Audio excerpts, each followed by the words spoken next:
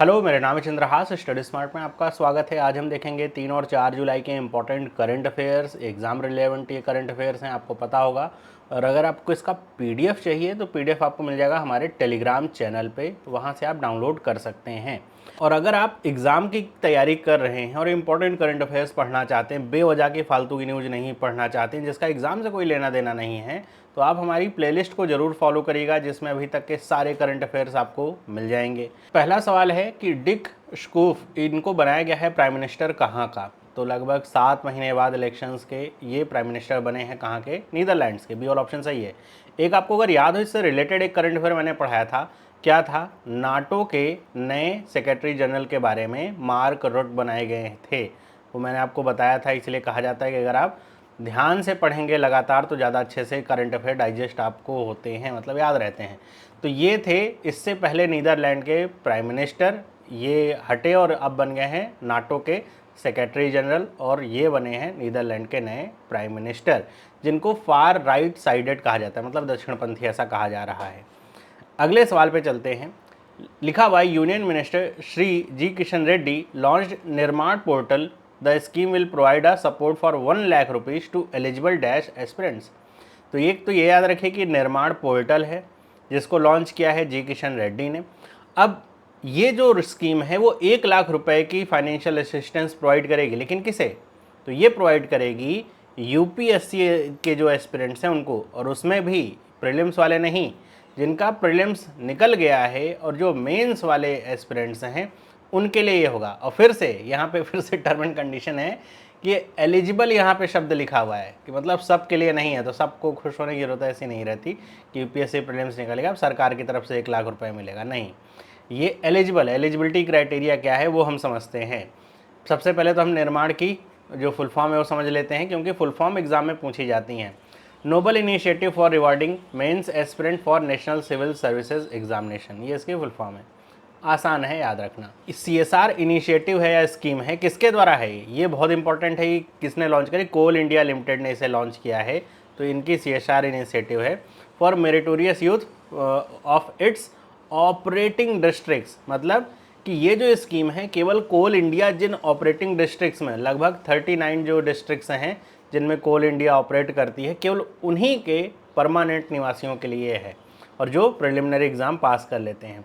और उसमें भी 39 डिस्ट्रिक्ट्स में भी ऐसे कैंडिडेट्स जिनकी जो एनुअल फैमिली इनकम है वो 8 लाख से कम है, and belonging to schedule caste, schedule tribe, female और थर्ड जेंडर, उनके लिए ये स्कीम है। तो आप ये समझ सकते हैं कि इसमें कई सारे फिल्टर्स भी आपको देखने पड़ेंगे अगर आप इसका स्कीम का लाभ लेना चाहते हैं। तो बहुत सारे एलिजिबिलिटी क्राइटेरिया हैं। एक तो CII की जो ऑपरेटिंग डिस्ट्रिक्ट्स हैं आपको उसका परमानेंट निवासी होना चाहिए। इसके बाद आपकी फैमिली इनकम 8 लाख से कम होनी चाहिए। फिर आप SC ST फीमेल या थर्ड जेंडर के बिलोंग करने चाहिए। उसके बाद आप प्रीलिम्स क्लियर कर लेने चाहिए और मेंस की तैयारी आप करते रहने चाहिए, तभी आपको 1 लाख रुपए मिलेंगे।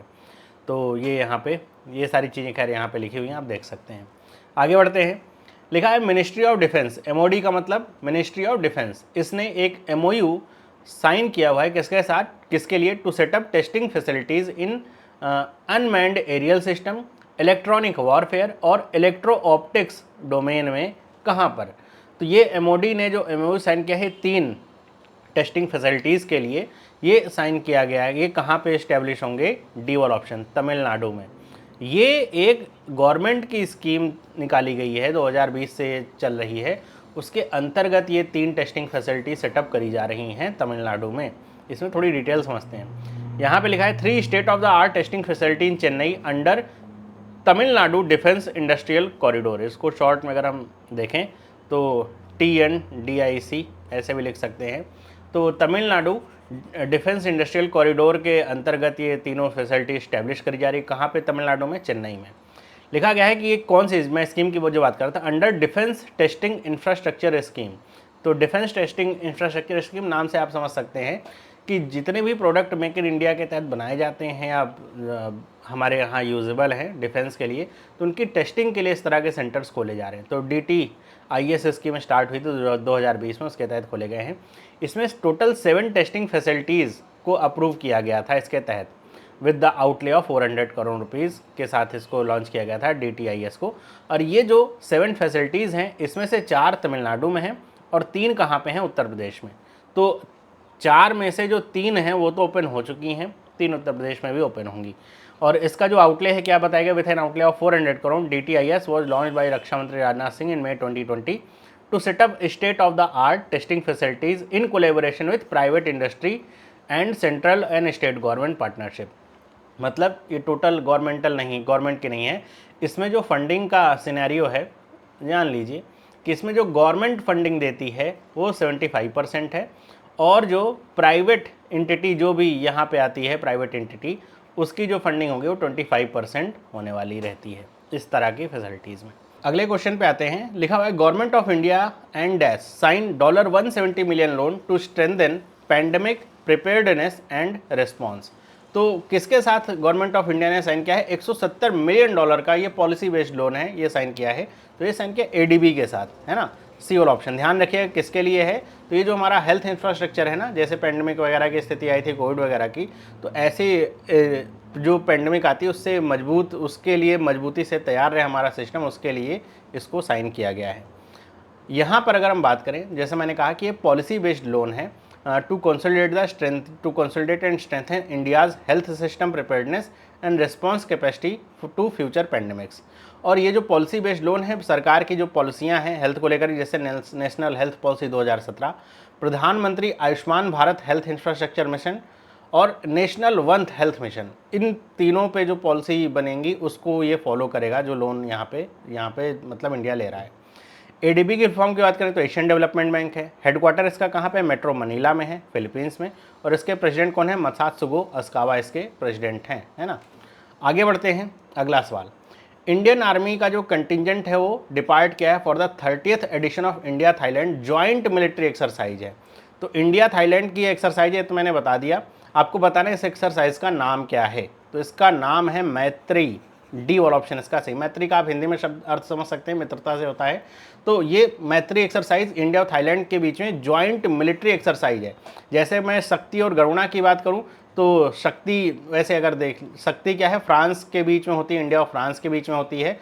और ये भी एक क्या है? मिलिट्री एक्सरसाइज है ना। और अगर गरुणा की बात करें तो ये भी फ्रांस के साथ होती है, लेकिन ये कैसी है? ये एयरफोर्स वाली एक्सरसाइज है। वहीं बात करें वज्र प्रहार की तो ये USA के साथ इंडिया जो है एक्सरसाइज करता है। और मैत्री तो मैंने आपको बता ही दिया। आगे बढ़ते हैं। इसमें देखिए जो बताया जा रहा है कि कहाँ पे होगी, तो लिखा एट फोर्ट वाचिरा प्रकान इन ताक प्रोविंस इन थाईलैंड। इस बार ये यहाँ पे होगा। पिछली बार कहाँ पे हुई थी? तो ये भारत के उमरोई मेघालय में हुई थी। अगला सवाल यहाँ पे आता है। Dash has become the first country in the world to prepare a checklist of its entire fauna covering 1,04,561 species. कि कौन सा देश वो पहला देश बना है पूरी दुनिया में जिसने अपने यहाँ पाए जाने वाले इंटायर फाउना, अभी बात करेंगे फ्लोरा और फाउना का मतलब क्या होता है। फाउना ऐसे समझ के रखिए, जो एनिमल्स होते हैं ना उनको फाउना कहा जाता है। उनकी जितनी भी स्पीसीज़ हैं उनको, उनकी जो चेकलिस्ट है वो तैयार करी है, मतलब 1,04,561 स्पीशीज़ को कवर कर लिया है। तो ये देश बना है इंडिया। ये वाला ऑप्शन इसका सही है। तो काफ़ी इम्पॉर्टेंट ये बात है। लिखा है कि ये जो मतलब ये बात कब बताई गई, तो ये बताई गई कि जो ZSI है, मतलब जूलॉजिकल सर्वे ऑफ इंडिया, इसका 109वां फाउंडेशन डे था, उसके उपलक्ष्य में बात बताई गई। और इसके जो यूनियन मिनिस्टर हैं, union minister for environment, forest and climate change, ये हैं भूपेंद्र यादव। इन्होंने ये जो यहाँ पे समिट वगैरह है तो उसका उद्घाटन किया, ये सारी बातें बताई। अगर हम बात करें फ्लोरा की, तो फ्लोरा का मतलब होता है जितनी भी प्लांट लाइफ है, चाहे कितनी भी छोटी हो चाहे कितनी भी बड़ी हो, वो एक पर्टिकुलर रीजन में जो पाई जाती हैं फॉर अ टाइम पीरियड, उनको फ्लोरा कहा जाता है। फाउना का मतलब होता है ऑल द एनिमल लाइफ, मतलब ज़मीन के अंदर, ज़मीन के ऊपर, ज़मीन के नीचे, मतलब पानी में कहीं भी प्रेजेंट हो, चाहे वो छोटे से इंसेक्ट ही क्यों ना हो, उनको फाउना की कैटेगरी में रखा जाता है। तो ये फाउना को कवर किया है, फ्लोरा को नहीं। Air India to establish South Asia's largest flying training organisation in dash by mid 2026। कि जो एयर इंडिया के बारे में बात हो रही है कि एयर इंडिया ने साउथ एशिया का जो लार्जेस्ट फ्लाइंग ट्रेनिंग ऑर्गेनाइजेशन है वो इस्टेब्लिश कर रहा है। कब तक होगा? मिड 2026 तक होगा। तो ये इस्टेब्लिश किया जा रहा है अमरावती में। सी वाला ऑप्शन इसका सही है। अब मैं पूछूं अमरावती कहाँ पे है, तो आप कंफ्यूज हो सकते हैं, क्योंकि अमरावती एक क्या है, आंध्र प्रदेश की राजधानी भी है। अमरावती एक जो ज़िला है वो महाराष्ट्र में है। तो ये जो अमरावती है ये महाराष्ट्र में है। ओके, महाराष्ट्र में ये पड़ता है अमरावती। तो अमरावती में स्टैब्लिश किया जा रहा है, जो कहा जा रहा है कि साउथ एशिया का सबसे बड़ा फ्लाइंग ट्रेनिंग ऑर्गेनाइजेशन होने वाला है। आगे बढ़ते हैं। 4 दिन का international toy fair beginning on July 6 in dash, कि 4 दिन का जो ये इंटरनेशनल टॉय फेयर है, भारत कुछ समय से जो टॉय इंडस्ट्री है उस पर काफ़ी फोकस करे, जिस पे चाइना डोमिनेट करता है। तो वैसे ही यहाँ पर लगभग 100 देशों का 100 देश यहाँ पे आने वाले हैं, यूएसए जर्मनी के साथ साथ। तो ये स्टार्ट हुआ है कहाँ पे, न्यू दिल्ली में। बी वाला ऑप्शन इसका करेक्ट है।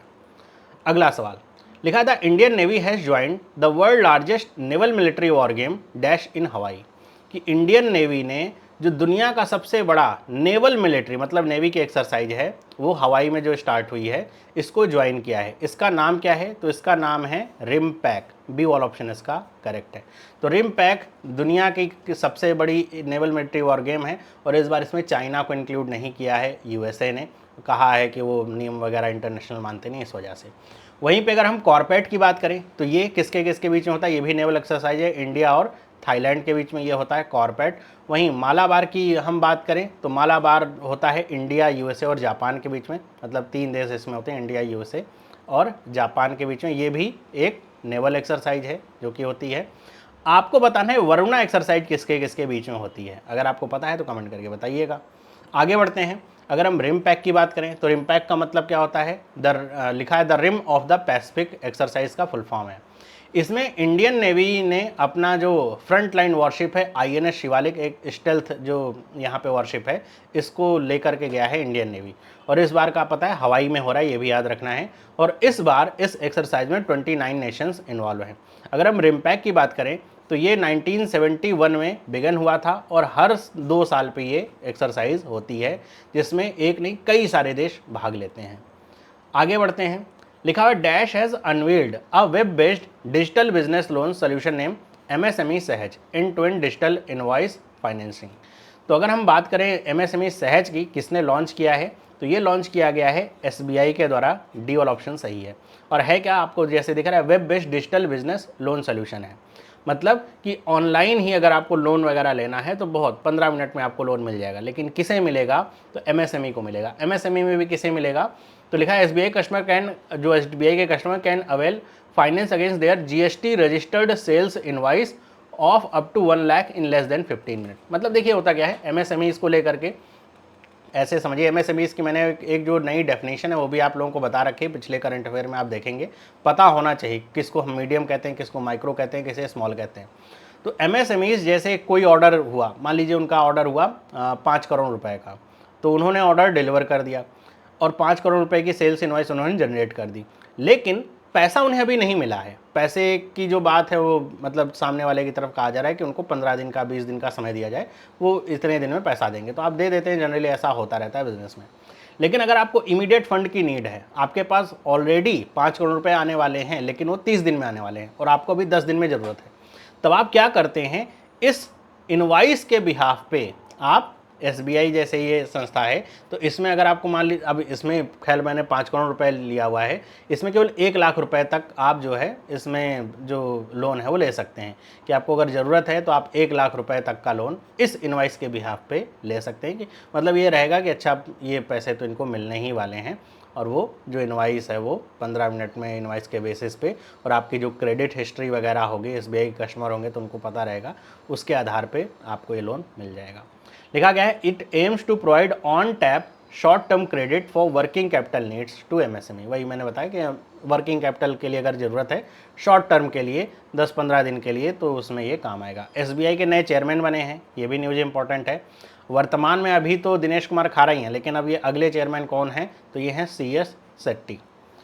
अगला क्वेश्चन लिखा हुआ dash partners with Indian Olympic Association as principal sponsor from Paris 2024 to Los Angeles 2028, कि कौन सा कंपनी है जो इंडियन ओलंपिक एसोसिएशन की पार्टनर बनी है, प्रिंसिपल स्पॉन्सर बनी है पेरिस ओलंपिक 2024 से लेकर के लॉस एंजल्स जो ओलंपिक होगा 2028 में, उसके मतलब इन दो ओलंपिक्स के बीच में मतलब 4 साल के लिए ये स्पॉन्सर बनी है। तो ये है BPCL, सी वाला ऑप्शन करेक्ट है।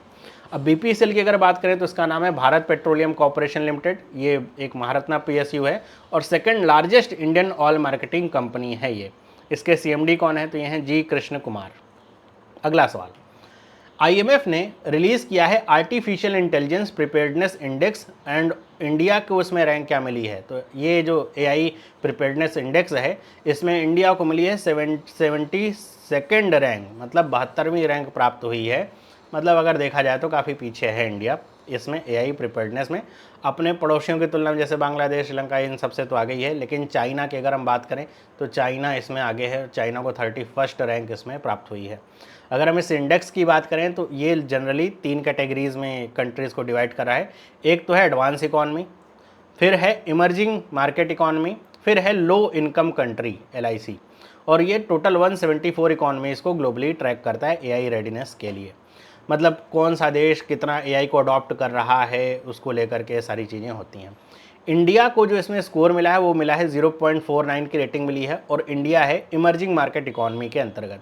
वहीं अगर हम बात करें टॉप किसने किया है तो सिंगापुर ने 0.80 से टॉप किया है, सेकंड नंबर पे डेनमार्क है 0.78 से, और USA है 0.77 पे, ये तीसरे नंबर पे है। और इनको रखा गया है एडवांस इकॉनमी की कैटेगरी में। इसका एक छोटा सा मैप भी यहाँ पे लगा दिया है, अगर आप मैप वाइज देखना चाहें कौन सा देश कौन सी ब्रैकेट में आता है तो यहाँ पे जैसे आप अफ्रीका वगैरह को देखेंगे तो पूरा येलो हो रखा है, मतलब उनका स्कोर 0.2 या उससे नीचे है।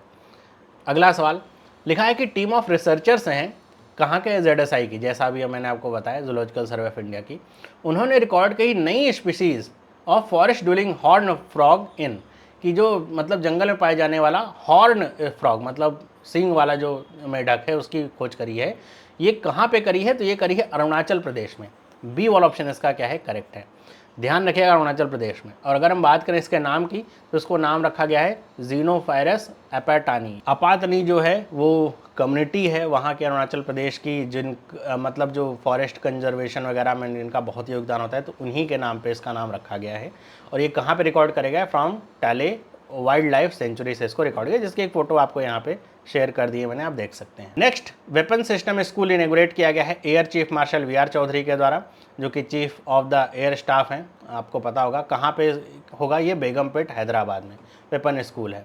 फिर वर्ल्ड कस्टम्स ऑर्गेनाइजेशन ने री इलेक्ट किया है SARS के कमिश्नर को, जो कि कौन है? एडवर्ड कीस्वेटर। इनको WCO का चेयरपर्सन, मतलब वर्ल्ड कस्टम ऑर्गेनाइजेशन के चेयरपर्सन कौन है? एडवर्ड कीस्वेटर। अगला एक CDAC संस्था है, आपको पता होगा। तो CDAC ने पार्टनरशिप करी है मॉस शिप कंपनी है, और एक है सोशियो नेक्स्ट लिमिटेड इसके साथ, किसके लिए? For design and development of high performance computer processor AEM based on ARM architecture, कि एक हाई परफॉर्मेंस जो प्रोसेसर कंप्यूटिंग प्रोसेसर है उसको डेवलपमेंट के लिए, जो कि ARM आर्किटेक्चर बेस्ड होगा, and built on TSMC Taiwan semiconductor manufacturing company में बिल्ड होगा, जो कि 5nm टेक्नोलॉजी पे बेस्ड होगा। तो उसके लिए CDAC ने इन दो कंपनियों के साथ टाई अप किया है। फिर एक और न्यूज आती है कि LIC ने रीडेजिग्नेट किया है सिद्धार्थ मोहंती को अपने MD और CEO के तौर पे। मतलब अगर पूछे MD और CEO कौन है LIC के, कौन बने हैं, तो सिद्धार्थ मोहंती हैं, फिर से वो आ चुके हैं। फिर हम आगे बढ़ते हैं बैंकिंग और स्टैटिक जीके पे, बैंकिंग अवेयरनेस स्टैटिक जीके। पहला सवाल SDR को लेकर के, ठीक है। SDR is based on basket of words dash leading currency. सबसे पहले तो SDR का मतलब क्या होता है? फुल फॉर्म होती है SDR की स्पेशल ड्राइंग राइट, अगर ना पता हो तो स्पेशल ड्राइंग राइट्स। तो ये क्या होती है? इसकी फुल फॉर्म होती है। तो स्पेशल ड्राइंग राइट्स जो है वो IMF यूज किया जाता है, इसको IMF की करेंसी भी कहते हैं। और ये जो या एक बास्केट सी होती है SDR हर देश की, तो जो SDR की जो बास्केट है वो कौन से देशों की करेंसीज को मिल करके बनती है? तो ये दुनिया की 5 जो बड़ी करेंसीज हैं उनको मिला करके बनती हैं। कौन कौन आती है इसमें? एक तो आता है US डॉलर, जो आप सबको पता होगा। दूसरा है यूरो, पता ही होगा। फिर है येन, फिर युआन। अब एक और है,